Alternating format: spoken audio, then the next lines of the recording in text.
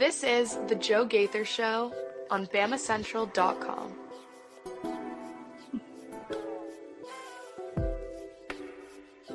Good morning, Tuscaloosa.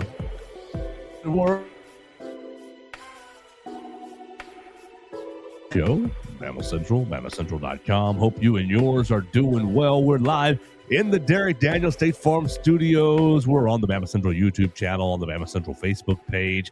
You can call Derek for all of your insurance needs at 205-758-3391. Like a good neighbor, Derek Daniel is there. We're proudly presented by Purple Turtle Roofing. You can call Purple Turtle Roofing for all of your roofing needs at 877-787-6635. They'll come out and give you a free roof inspection. Let them know that the Joe Gaither Show sent you.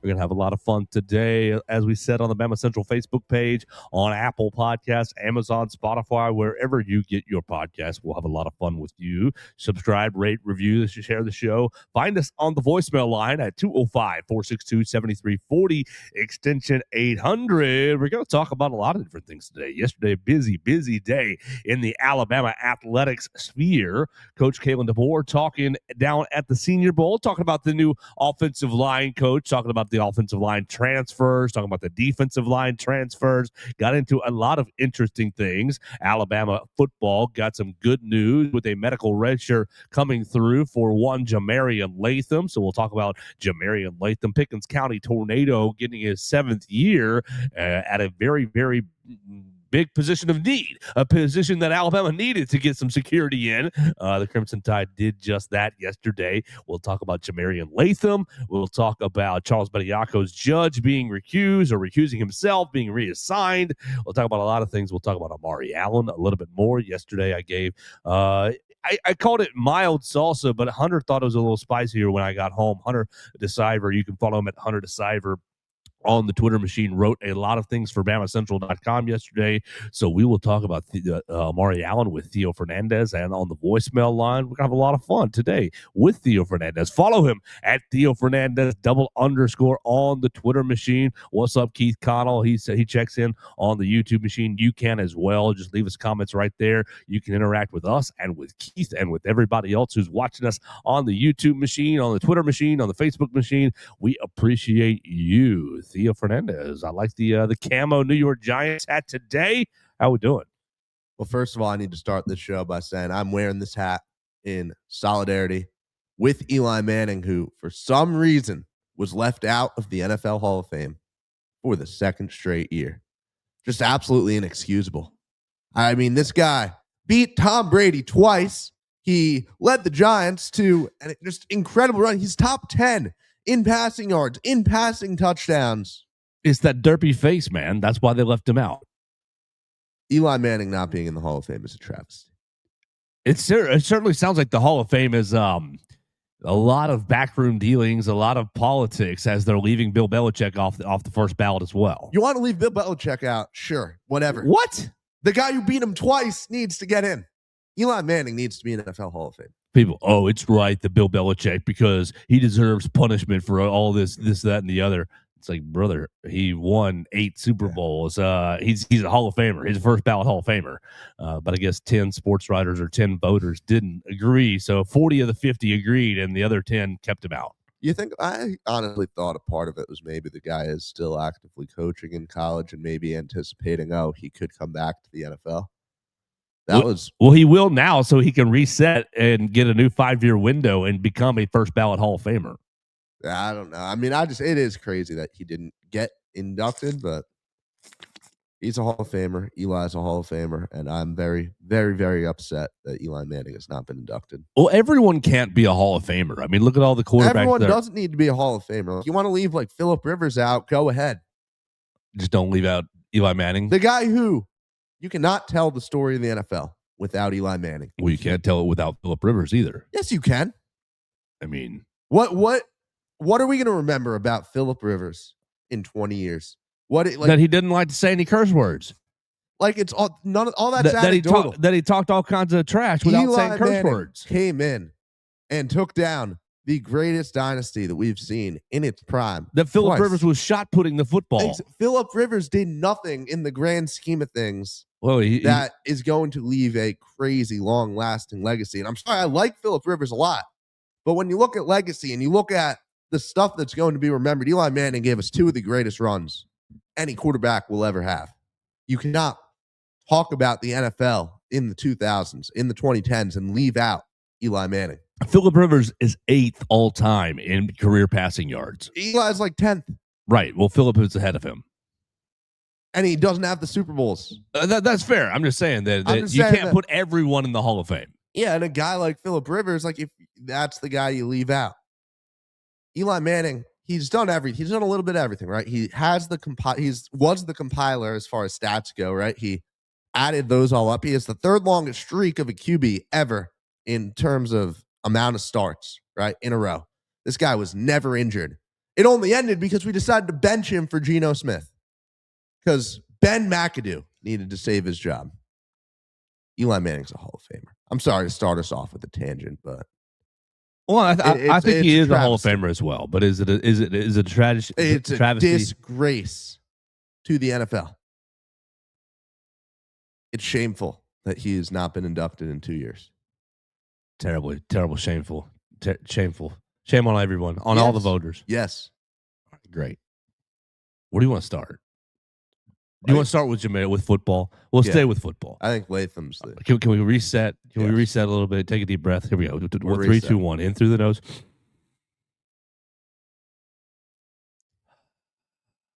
It's Thursday. It's a great day. It is. It's not cold outside today. It's perfect, right? It is beautiful weather out. Right. You got a good weekend ahead, don't you? Right. Royal Rumble on Saturday. Alabama basketball on Sunday. It's gonna be great. That's some fun stuff. No football. No football. All right, we're resetting. Reset. All right, great. Yesterday, Alabama football got great news when Jamarian Latham was granted his 7th year of eligibility.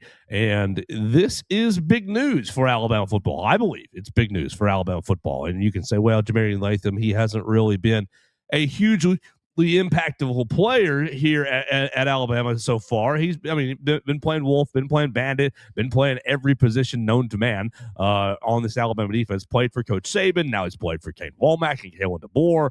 Jamarian Latham earns his 7th year of eligibility because of a medical red shirt that he received from last year's season. Last year, only appearing in one game, right? It was just the one game. Had a neck injury here at practice and sat out the rest of the season. In that one game, he had 2 tackles, so that's great. But he left that game with an injury too, right? Florida State. He may have, but he hurt his neck in practice. He hurt his neck in practice. We were going to a press conference, and everybody got basically shuffled into off to the side because they were trying to hide the fact that an ambulance was coming to pick him up. And thankfully, all that worked out. He's played in 45 games for Alabama with 26 total tackles, 4 tackles for a loss, 2.5 sacks, 1 pass defended, one fumble recovery. But I think this move is really, really important for the Alabama defense because of what has gone on in the Bandit room this season. Jamarian Latham was kind of a defensive end type, then was a Wolf in Kane Womack's system, then was a Wolf and a Bandit, doing both, and now has basically transitioned to full-time Bandit. And if you're following everything that's happened over the season, well, you lost LT Overton to eligibility, Keon Keeley transferred to Notre Dame, Kelby Collins transfers to South Carolina, and Jordan Renaud transfers. Where did Jordan transfer? Did he go to Texas Tech, Texas A&M? Where did Jordan Renaud end up at? Jordan. Someone went to A&M. Where did he end up transferring to? He ended up transferring to Ole Miss. He went to Ole Miss, didn't he? Yes. He went to Ole Miss. So you lost basically all of your Bandits. Yeah, thank you. Renaud commits to Ole Miss. You lost basically all of your Bandits from last season. Here we go. Keith Connell, if I were building a team, it wouldn't be with Eli Manning. That's why you're not building the team, Keith. Eli Manning would win you 2 Super Bowls and never miss a game and be there and be the best leader of a franchise. And let's get back to Leader of men. Leader of men. Yeah, right. Eli Manning. I think this is big for Alabama because Jamarian Latham gives you experience in a position room that really had no experience. You're bringing in Devin Tompkins, who I don't think is quite a bandit. You're bringing in Caleb Wilson, who I don't really know if he's going to be available. I mean, he's going to be available, but I don't really know if he's going to be impactful. Transfer from Washington. You bring in a lot of freshmen.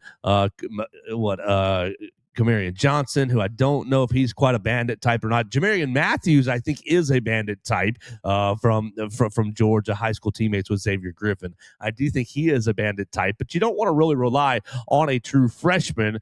You are looking at Fatutua Henry, who got basically no playing time last year. JUCO, who transferred in, was a bandit, got basically no playing time last year, but he was probably your first one up. You now have at least Jamarian Latham and Fatutua Henry in the bandit room for the Crimson Tide, and I think you're feeling better about the situation based on the fact that you're bringing back somebody that's so experienced. I mean, Jamarian Latham is still the last player or the only player that's on this roster that has won a national championship with Alabama. 2020 national champion for Alabama in that COVID season, the Pickens County Tornado. Local product, 20 minutes down the road? A little more than 20, but yeah, right on the border at Mississippi. And so he is back for his 7th year. What do you make of this deal? Is it as big a deal as I think? I think this is a big deal. 10 being the biggest. I think this is a 7.5. I completely agree with that rating. I mean, this is a guy who, he was starting in 2024, right? I mean, he was playing significant snaps. He went crazy. I remember in that South Carolina game was probably one of our most impactful players. I don't have the exact stats, but I remember him getting a sack there. I think this is a guy we can reasonably expect to play very, very meaningful snaps, who will bring just great leadership to the team. Is, like you said, only player with the ring, which Alabama has not been able to say that about their roster in a very long time. And I do think that this is a very significant pickup for the Tide. Right. Somebody that maybe you were writing off, or maybe you thought weren't going to get the seventh year. But I think that gives you, I mean, there's not much more to say about it other than it gives you the experience that you did not have that was leaving the bandit room. A lot of freshmen, a lot of unknown prospect. I think that you're still probably cautious with a player coming off a neck injury, but I would imagine that he's not getting cleared if it's not fully ready to go and fully safe. And so I have confidence in the medical staff. I have confidence in Jamarian Latham coming back and being at least the old man leader in the bandit room. Right. Even if hypothetically the on-field stuff just wasn't there, right? Even if, he's not making a huge impact on the field, which I think he will, the leadership will be such a big factor for this defense. All right, so Alabama football getting big news. Let's flip to Keith. Keith's got one more comment for you, and this was news. Golly, Hunter was so busy yesterday. Hunter wrote so many different things.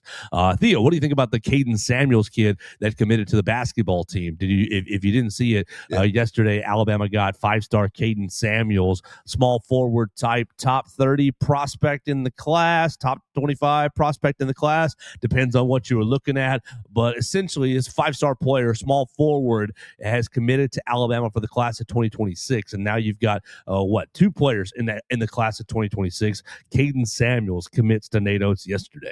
No, it is a massive pickup. He I saw a stat: 98% percentile pick and roll efficiency. Just such a great. I mean, he's a shot maker. He is a bucket getter. He's a walking bucket. To continue with all those cliches. I mean, I really love this guy. From, I admittedly was not super high on, I don't follow basketball recruiting all that well usually, but then as soon as he committed, I just started watching his tape, and Nato's got a good one, man. He is. And not to jinx things, but I do believe he will be followed by another very highly touted player in the coming period. And Alabama already bringing in now a top 10 recruiting class with these 2 players that they've got.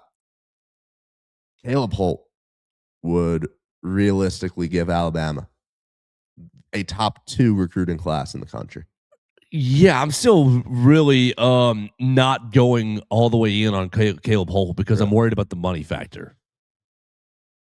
I think, Caleb. You just give Caleb Holt all of LeBaron Philon's money? That's the guy you have. Well, there'll be no LeBaron Philon money. That's what I'm saying. All the money you're giving to LeBaron this year, you just transfer it. Absolutely. Hey, next year, that's Caleb Holt money. Yes, it is. I am that high on Caleb Holt too, but I really, really, really think that Samuels is going to come in, and you look at the impact that a guy like Amari Allen is making this year as a freshman. Samuels will be better right off the bat. You look at 6'5", 210 out of Bishop McNamara in Fortsville, Maryland. He will have one of the best. I say one of the best because no one's going to have like a Brandon Ingram season for a long time, but Brandon Miller, I'm sorry, I don't know where Brandon Ingram came from, but I think that Samuels will have one of the best Alabama freshman seasons that we've seen. This guy is just he is a clear-cut one and done to me when I look at the ability he has to score, and you plug that guy into the NATO system. And that's one of the things that we're going to talk about in a few when we really go into Amari Allen and the pro comps and stuff. But the effects that playing in NATO system has on a freshman, especially when you take one like Samuels, who has just this natural knack for just making shots. Yeah, I mean, I'm looking at going to by the end of the he's going to be by the end of the season in the mix for this is one of the top 5 freshmen in the country. Ooh, I like that. Watching this AAU film, so the play is a little disorganized, but he's making shots like from literally everywhere. Yeah, he's making it from the 3-point line. He's hitting it from the mid range, right at the free throw line. He's driving to the rim. Really good slasher, wing player. Now I don't really put a lot of stock in the defense that he's going up against right here in these AAU tournaments, but it is a highlight film, and there he is catching an alley-oop, really making some nice athletic plays, looking like a long wing for NATO. It's at 6'5", looking like a long 2 or a 3 to me. Beautiful step back too. Like you look at his quick release, nice and quick release. He doesn't have the Taylor Bobo and set shot release, shot put. Shot put release that he's got. We'll see how he fits in. So he joins Terrace Bowie, right? Terrace Bowie. He joins Terrace Bowie out of Geneva, Ohio. The two of them. So you've got two 4 or 5-star players. Bowie a 4-star. Caden Samuels, depends on where you look, 4 or 5-star. On 24/7 Sports, they've got him rated as the 18th overall player in the class, the number 6 player at his position. They've got Caden Samuels listed as a shooting guard. He's going to be a little bit shorter than Terrace Bowie at 6'6", and so Samuel's at 6'5". I think you've got 2 really nice players in this class. You got to hold on to him. You got to sign Caden Samuels, and you've got to add to the class with one more, maybe Caleb Holt. I am hesitant to really get sold on Caleb Holt because I think he's probably going to end up at a Kentucky, at a Duke, at a North Carolina, at a place that's going to throw a lot of money at him.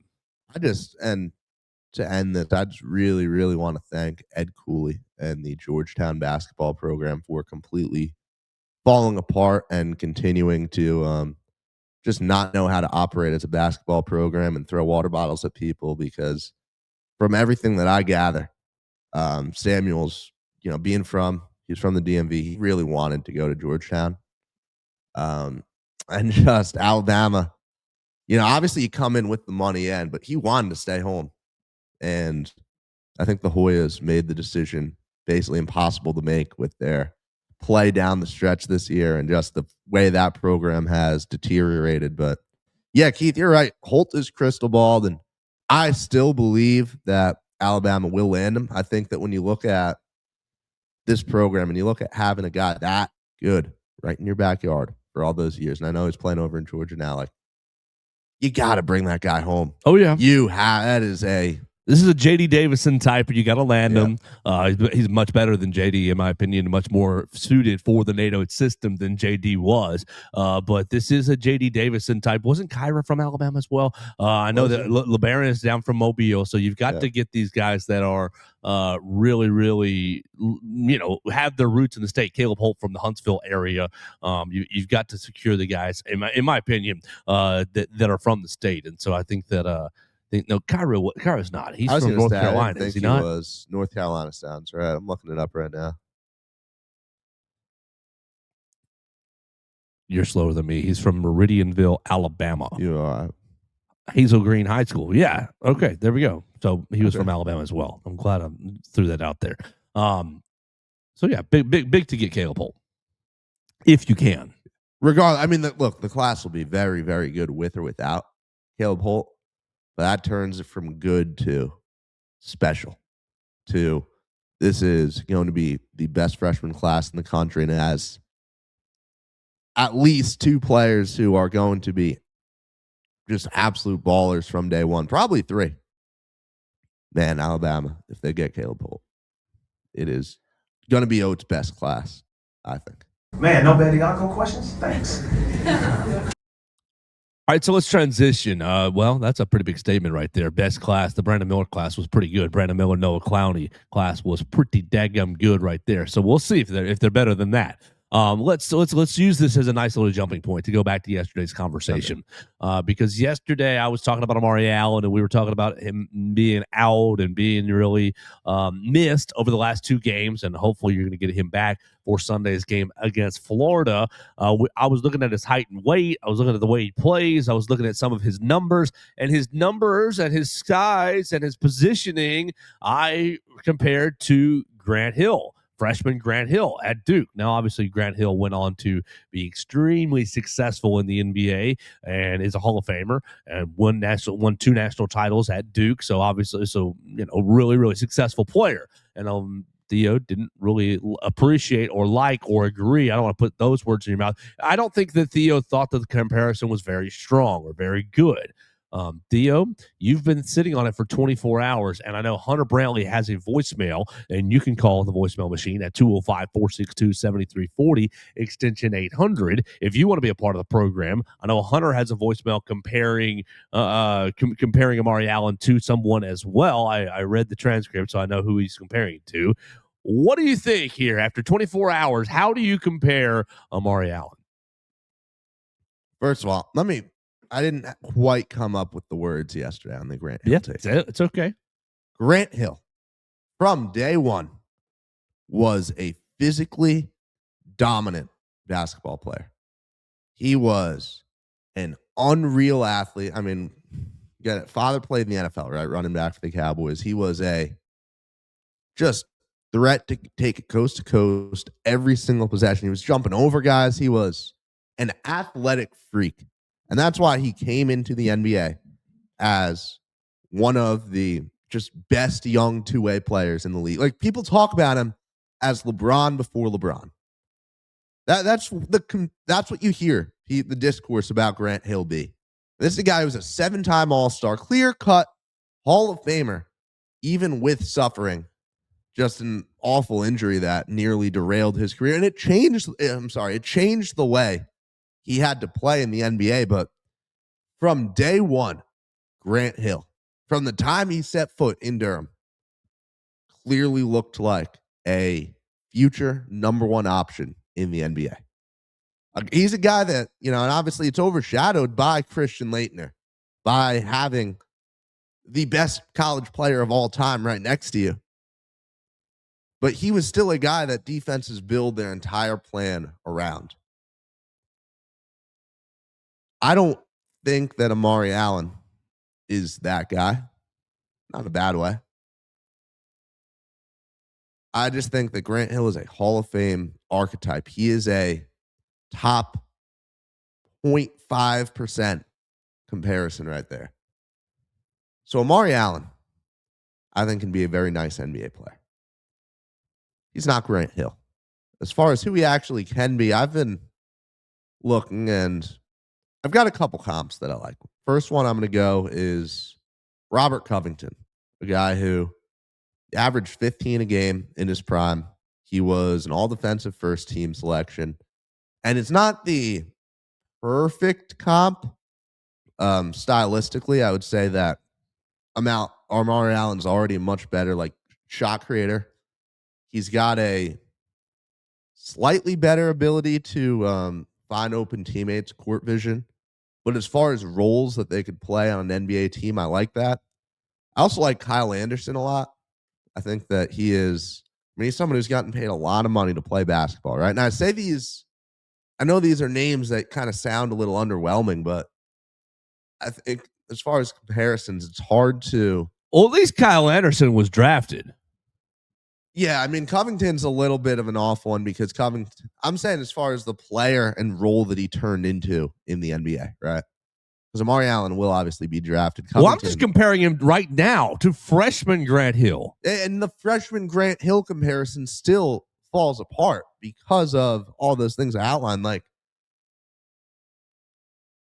Grant Hill's first NCAA tournament game. I pulled up game logs. They've only got NCAA tournament games. Okay. Yeah, as a freshman, scored 9 points and 5 rebounds. Amari's doing that for coming up first round.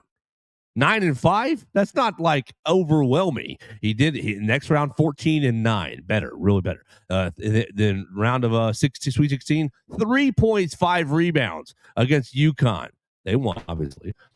12 points, 2 rebounds in the Elite Eight against St. John's. 11 points, 5 rebounds against UNLV in the Final Four, and then in the finals against Kansas, 10 points, 8 rebounds. Yeah, and that's because Amari's got 10 and 8 in him. You can't just take stats and turn it into this is who the guy is. You watch I Hate Christian Laettner. You watch the old Duke basketball clips. Grant Hill is not Amari Allen. Amari's leading this team in rebounding. Grant Hill was doing it all out of being the best athlete on the floor every time he touched the floor. Is that who Amari Allen is? He's a good athlete. He's not a freak. Where do you rank him on this team athletically? He's second. Question. He's third. LeBaron's really high up there, but Amari's got to be close. He can jump out of the gym. Is he more athletic than he's more athletic than Aiden Sherrill and Charles Bediako? Those two guys are longer and probably can jump higher, but quickness, strength, speed. And let me just cut it right there because there was no debate about any of those teams that pre-injury Grant Hill was ever on. He was the best athlete in just about every game, college and NBA, that he ever suited up for. To make the comparison to a guy who, first of all, is a Hall of Famer. I keep trying to reiterate this point that Grant Hill. But you're going way ahead of him in the career. We're looking at. I'm looking at if we're talking about year. Freshman year, Grant Hill. You can look at the stats and say, sure, they line up. On a Duke team that, first of all, they averaged. Actually, that's a lie. They probably did average pretty close to. I'd guess probably around 90 points a game now that I think about it with the way pace was on those early 90s team. But yeah, 87.7. Yeah, okay, that checks. So you can't really make that case, but Laettner, Bobby Hurley, Grant Hill, exactly, Brian Davis, Antonio Lang, all NBA players. Brian Davis was an incredible college player. Hurley was phenomenal. These are top tier. This is one of the best college teams of all time. Certainly. This is one of the best college teams. So for Grant Hill as a freshman to come in and average 11 is, quite frankly, a lot more impressive than Amari Allen doing it. It is at a time when freshmen were really just starting to even do stuff like this, right? We're a Fab Five era. We're in a time when freshmen weren't even seeing the court all that much.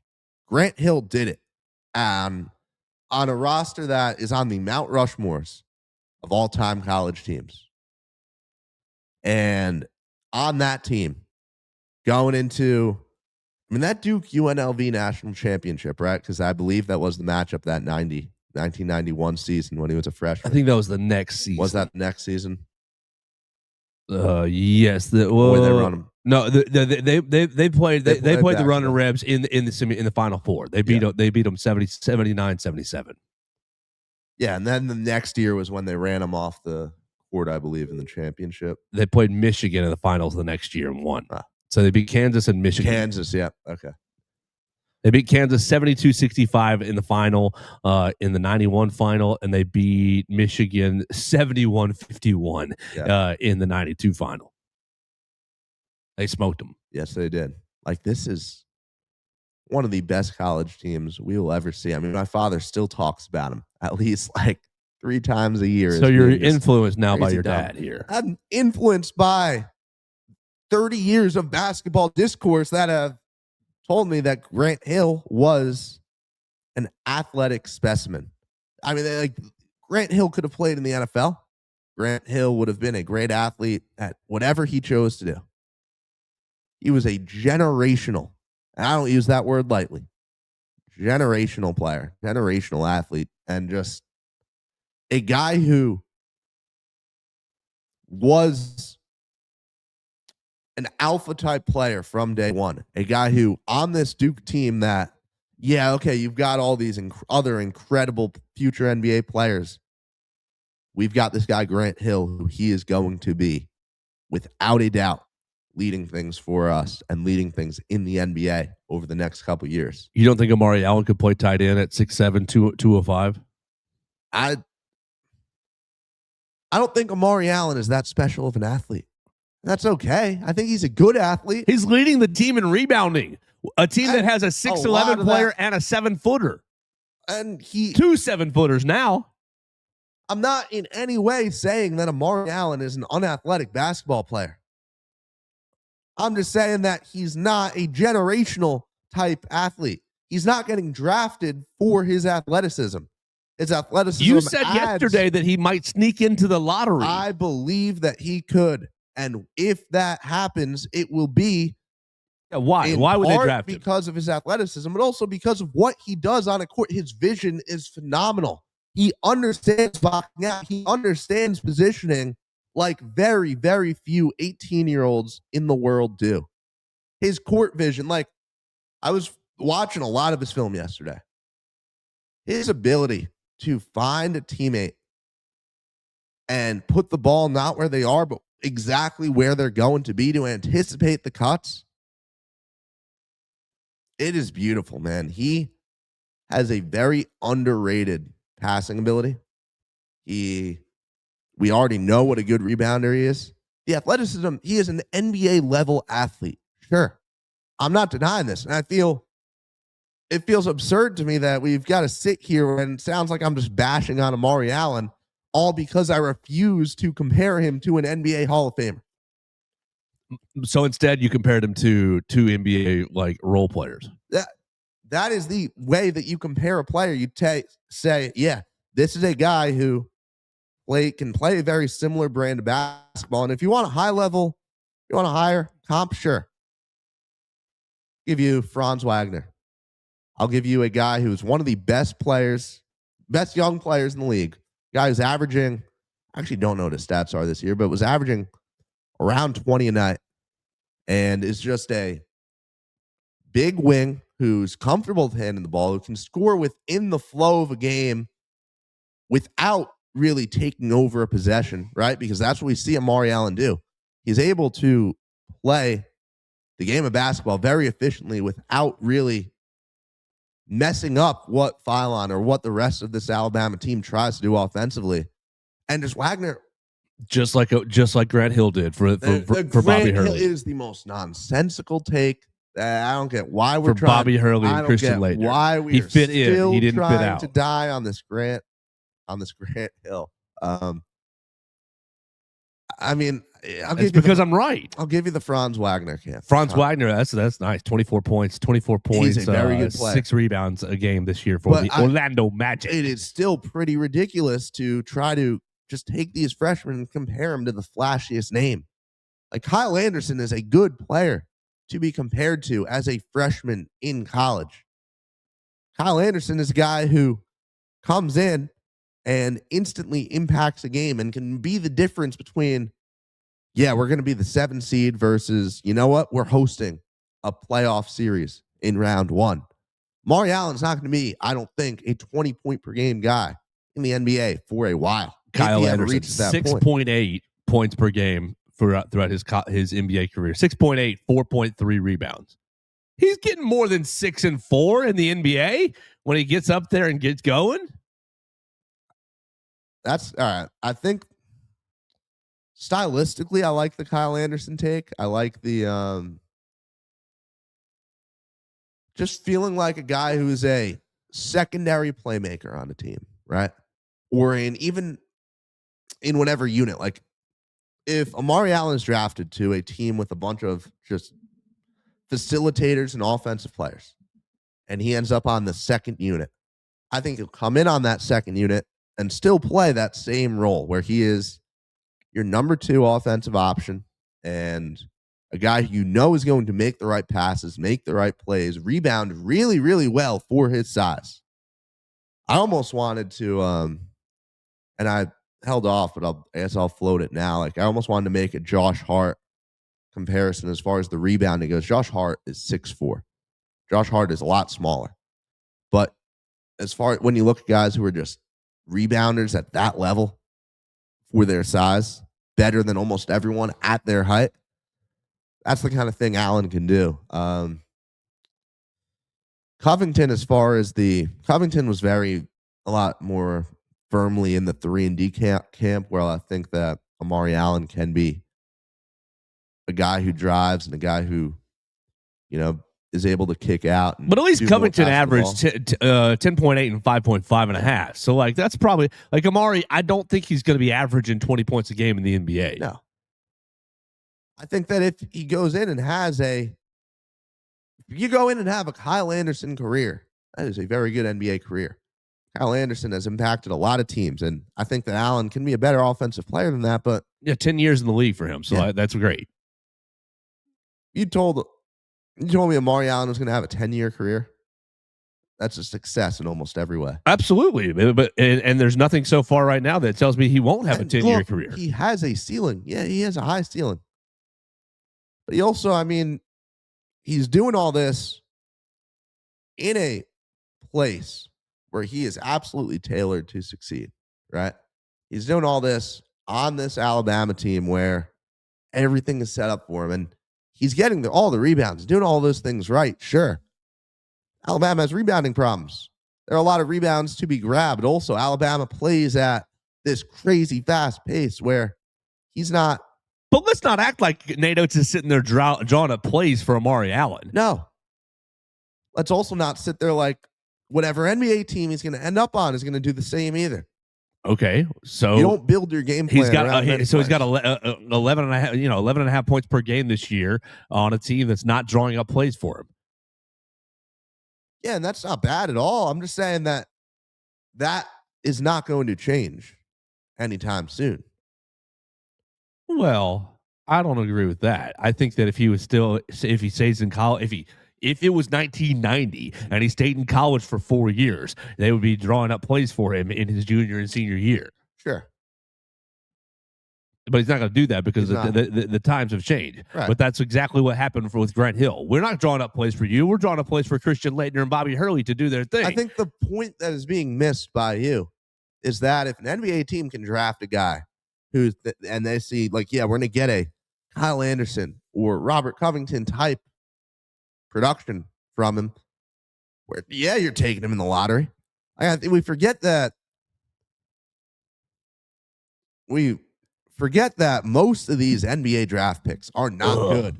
The NBA draft sucks. It's turned into horror. So bad. Like the players, especially with the just flow of guys from overseas too. It's such a shot in the dark sometimes. You know, and for Amari Allen, a guy who I think has proven that he is a relatively safe option. Not that he doesn't have a high ceiling, but the floor is also pretty high as well. you're absolutely taking a guy like that in the lottery as a freshman too, where you can still talk yourself into, yeah, maybe he'll turn into a crazy good NBA player. I'm in no way bashing Amari Allen as an NBA draft prospect. Grant Hill is just ridiculous, though. It's absurd. It is Same height and weight. outlandish. Same position. Amari can guard 1 through 4, 1 through 3 at least. Well, 1 through 4 probably. He's not guarding 1 through 4 in the NBA. Well, no, but Grant Hill was. Grant Hill was guarding any player on that floor, not a center, but Grant Hill was guarding 1 to 4. See, where you're getting messed up is getting ahead of freshman Grant Hill. But freshman Grant Hill displayed everything that NBA Grant Hill did. Freshman Grant Hill had all of the same grew into athleticism. He developed naturally, but his ceiling was, I'd say Amari Allen has a high ceiling. Yeah. Grant Hill's ceiling broke through every, I don't even know the word for it, but it was one of the highest ceilings we'd seen up to that point. We're talking about Grant Hill, I believe, as a top 10 player of all time if he never gets injured. He still is a Hall of Famer. You don't just take the best possible player at a guy's height and weight and say this is his comp. Except for the fact that he's having better numbers than Grant did at the time You of the don't comparison. take a guy's numbers and say this is who he's going to be because stylistically and he's relied it doesn't on. make sense. He's relied on in a very similar role on this team. Stylistically, it does not make sense. Yes, it does. 2026 Alabama is not 1991 Duke. Come on. He's relied on in the very similar way. Now, is the team more as successful as that team? No, they're not. And I'm not trying to even pigeonhole that in there. But Amari Allen's the 3rd, 4th option on this team. I mean, you're going LeBaron, you're going Aiden Holloway, you're going Latrell Wrightsell. You're trying to get downhill and throw a lob to Aiden Sherrill and Charles Bediako. Like, Amari Allen's not getting plays drawn up. Hey, let's get Amari Allen a 3-point shot. Let's make sure Amari Allen can get an offensive rebound putback for 2. But he's still out there playing the exact same role that Grant Hill was for that team and filling it up at a higher rate, rebounding at a higher rate, assisting at a higher rate. I have to watch more 1991 Duke film, which I might just go and do now to further debunk this, but I believe that Duke was running sets through Grant Hill from the beginning. I mean, I think that the level to which, so they're running Kansas sets for in the Grant Hill, national and Amari championship. Allen is still outproducing him. It's a different game, man. It is a different sport. It's a different system. I think that Grant Hill also, I mean, Allen picks up big matchups. Grant Hill is shutting down superstars from day one. Michigan, you beat the Fab Five in the national championship. Grant Hill's guarding any one of those guys and shutting them down. I wonder curious Who's Alabama's best defender? Very well could be Amari Allen. Just because you're the best on this Alabama team does not mean you get the right to be compared to the best on one of the best basketball teams ever. Like, I think you're underestimating. I think you're getting way further ahead of his freshman year in your mind. You're talking about, he was this in the NBA, he was that in the NBA. You're just getting way ahead of his freshman year. The freshman year, Grant Hill could have done everything that senior year Grant Hill did. That is the take that I have on this. That's okay. I think that as soon as these guys, as Leighton, as soon as Hurley leaves, Grant Hill becomes an All-American player. Using Grant Hill's name here and cherry picking stats from a year when he was surrounded by the best team of all time, I think just creates a Hall of Fame expectation that doesn't quite match Amari Allen's skill set. Well, I'll agree with that. That I don't quite know that Amari Allen's going to be an NBA Hall of Famer. I'm not trying to say that. I just think that as freshmen, they look very similar to one another. That's okay. I don't think we're going to reach any That's kind okay. of Let's conclusion on this. let's hear what Hunter Brantley had to say. I think Hunter had a pretty intelligent take I think on he this. did as well. So Hunter Brantley joined us on the voicemail line. We've been going back and forth at this for a while. Let's hear what Hunter had to say at 205-462-7340 extension 800. Okay, so not Grant Hill. That's a bit of a stretch, for sure. I would not compare someone to a 7-time All-Star, 5-time All-NBA, and Rookie of the Year right now. I feel like if Amari Allen stayed all 4 years at Alabama, he would not win the Rookie of the Year when he went pro in his rookie season. I also feel like he will never be a 7-time All-Star. I think he'll be lucky to make one All-Star team. And he will never win a national championship. Nah, I'm just playing. He will win a national championship. That's the only thing they'll have in common from their college careers is both will be a national champion at least one time. That's the only thing they'll have in common. Other than that, not a good comparison at all. The obvious comparison for Amari Allen is Auburn legend Chuma Okeke. It is the easiest comp in the history. It's right there in front of you. Both 6'8", both averaged around 12 points a game. Chuma didn't average as many assists, but he did average one more rebound than Amari. Both shot it similarly from three. Chuma shot it better from the field. Amari shoots it better from the free throw line. Both good wing defenders. Both can take a guy off the bounce and score. Both really good rebounders. Both really good facilitators. And I think that's the trajectory that Amari Allen will have in the NBA. Is somewhere similar to the career of Auburn legend Chuma Okeke. As bad as it sounds to compare an Alabama player to an Auburn legend, I have to give credit where credit is due. I'm sorry.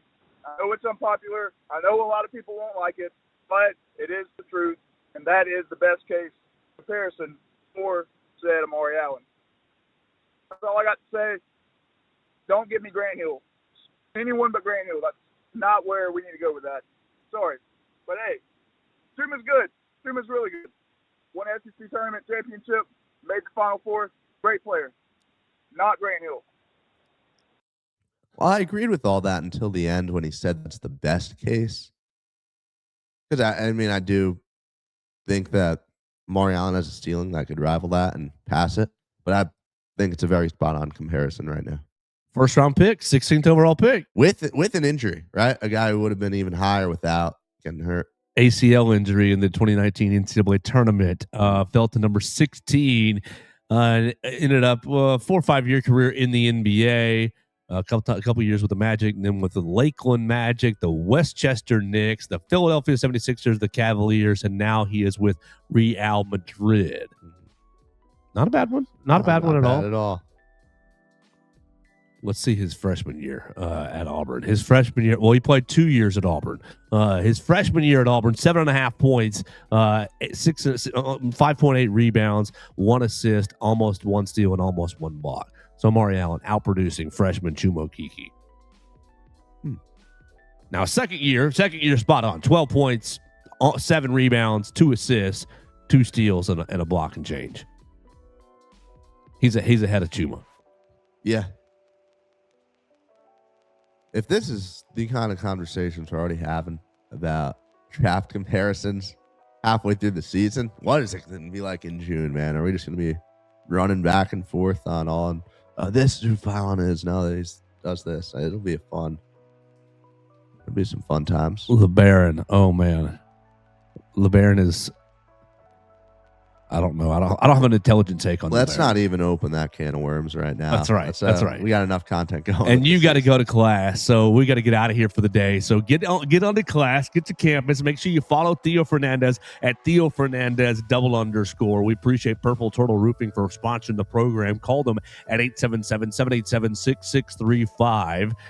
for your free roof inspection today. We didn't even get into Coach Kalen DeBoer's comments on the offensive line, the coaching change, on the new defensive lineman that he's brought in. He had some interesting comments on the defensive lineman, talking about leadership and commitment to the team. So we will talk about that tomorrow as well. We'll find out really what's going on in the Alabama world today on a Thursday. We hope everybody had a great day. We appreciate everybody hanging out with all of our ramblings. Who is Amari Allen? Call us at 205-462-7340, extension 800, as we get out of here for the day. We'll talk to you again on a Friday right here on the Joe Gaither Show on Bama Central, BamaCentral.com. Thanks for joining us on today's edition of the Joe Gaither Show on Bama Central. Keep up with Joe on all his social media pages at Joe Gaither6. Subscribe, rate, and review the show on Spotify and Apple Podcasts, and be sure to read us daily at BamaCentral.com.